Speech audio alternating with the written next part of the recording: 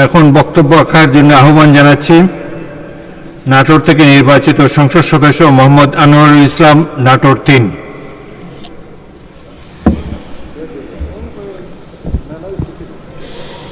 বিসমিল্লাহির রহমানির রহিম। মাননীয় স্পিকার, আপনাকে ধন্যবাদ জানাচ্ছি আমাকে বক্তব্য দেওয়ার জন্য। আমি প্রথমে শ্রদ্ধার সঙ্গে স্মরণ করছি আমার দলের প্রতিষ্ঠাতা শহীদ রাষ্ট্রপতি জিয়াউর রহমান। মাননীয় সদস্য, আপনার সময় 4 মিনিট। আমার নেত্রী প্রয়াত দেশনেত্রী এবং খালেদা জিয়া। মাননীয় সদস্য, আপনার সময় 4 মিনিট। যিনি দীর্ঘ সময় তার জীবনের গণতান্ত্রিক আন্দোলন করতে গিয়ে সারাটা জীবন কাটিয়ে দিয়েছেন আমাদের প্রিয় নেত্রী এবং খালেদা জিয়া। আমি কৃতজ্ঞতা জানাচ্ছি আমার নেতা জনাব তারেক রহমানের প্রতি, যিনি আমাকে এই নির্বাচনে করার সুযোগ করে দিয়েছেন, এবং আমি কৃতজ্ঞতা জানাই আমার সিংহ জনগণের প্রতি, যারা আমাকে বিপুল ভোটে বিজয় করে এই সংসদকে পাঠিয়েছে। সম্মানিত মাননীয় স্পিকার, আমি আজকের এই মহান সংসদে যেটা বলতে চাই, আমার নেতা জনাব তারেক রহমান সাহেব বলেছেন যে আমরা আগামীতে একটা নতুন বাংলাদেশ গড়তে চাই, যে বাংলাদেশের জন্য আমার নেত্রী আন্দোলন শুরু করেছেন 2008 সালে। দীর্ঘ 15টা বছর একটা সুষ্ঠু সুন্দর নির্বাচনের জন্য, একটা গণতান্ত্রিক পরিবেশের জন্য, মানুষের ভোটের অধিকার আদায়ের জন্য আন্দোলন করেছিলেন। সেই আন্দোলন যখন প্রাতিষ্ঠানিক রূপ পেয়েছে, ঠিক তখনই আমাদের নেত্রী বেগম খালেদা জিয়া প্রয়াত হয়েছেন। তারপরে তো আমরা জনাব তারেক রহমানের সুযোগ্য নেতৃত্বে আজকে বাংলাদেশে এক নতুন পথে যাত্রা শুরু করেছে। যে স্বপ্ন আমার নেত্রী দেখেছিলেন, তারই ধারাবাহিকতায় আমার নেতা জনাব তারেক রহমান সাহেব বিগত দিনে সব কিছু ভুলে গিয়ে সকলকে নিয়ে আমরা আগামীতে যে নতুন বাংলাদেশ গড়ার প্রতিশ্রুতি দিয়েছি, সেই বাংলাদেশের পথে আমরা এগিয়ে যেতে চাই।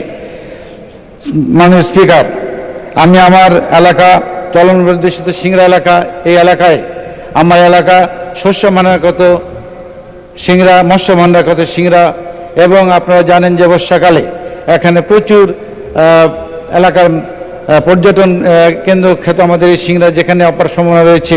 এই এলাকায় যদি আমরা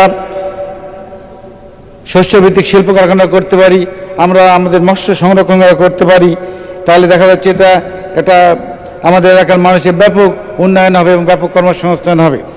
তাই আমি বলতে চাই যে প্রত্যাশা নিয়ে আমার নেতা জনাব তারেক রহমান সাহেব আমাকে আমার এলাকা থেকে নির্বাচন করার সুযোগ তৈরি করে দিয়েছেন। আমি সেই প্রত্যাশা পূরণ করতে চাই, এই মন সংসদে প্রতিশ্রুতি দিতে চাই, এবং আমার নেতা জনাব তারেক রহমানের সহায়তায়।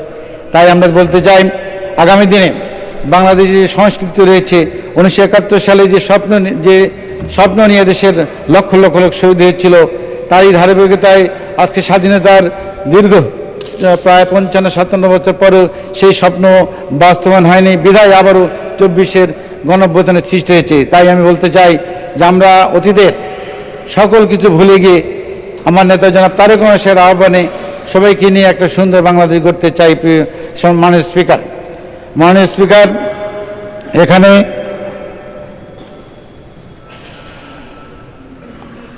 আর একটা বিষয় আমি বলতে চাই যে যেখানে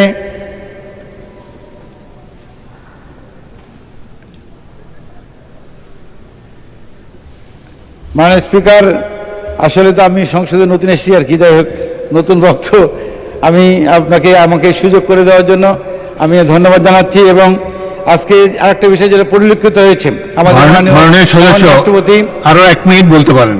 মাননীয় রাষ্ট্রপতি যেটা আমি লক্ষ্য করলাম, যে উনি যে নিদর্শনে এখানে সৃষ্টি করলেন, উনি ওনার দলের গণ্ডির মধ্যে থেকে বেরিয়ে এসে যে আমার বিগত দিনের আমাদের নেত্রীর প্রতি যে সহানুভূতি দেখেছেন, এবং গণতান্ত্রিক আন্দোলন যারা শহীদ হয়েছেন তাদের প্রতি শ্রদ্ধা জ্ঞাপন করেছেন।